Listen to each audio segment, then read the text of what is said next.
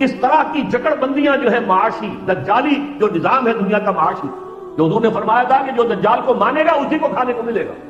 وہ نظام جو ہے آج ہم اس کے شکنجے میں کسے جا چکے ہیں اور ہماری اصل معیشت کا دیوالا نکل چکا ہے۔ یہ تو اصل میں سپورٹس جو ہوتی ہیں، جیسے کوئی مریض پڑا ہوا اسپتال میں، ورچولی تو ڈیتھ اس کی ہو چکی ہے، لیکن دل پر بھی کوئی آلہ لگا رکھا ہے جس سے کرنٹ جا رہا ہے، دل ساتھ دھڑک رہے ہیں، اور ان کی قسط آئے گی تب کہ ہم یہاں سے اپنا جو ہے قرض کی اور سود کی جو قسط ہے وہ ادا کریں۔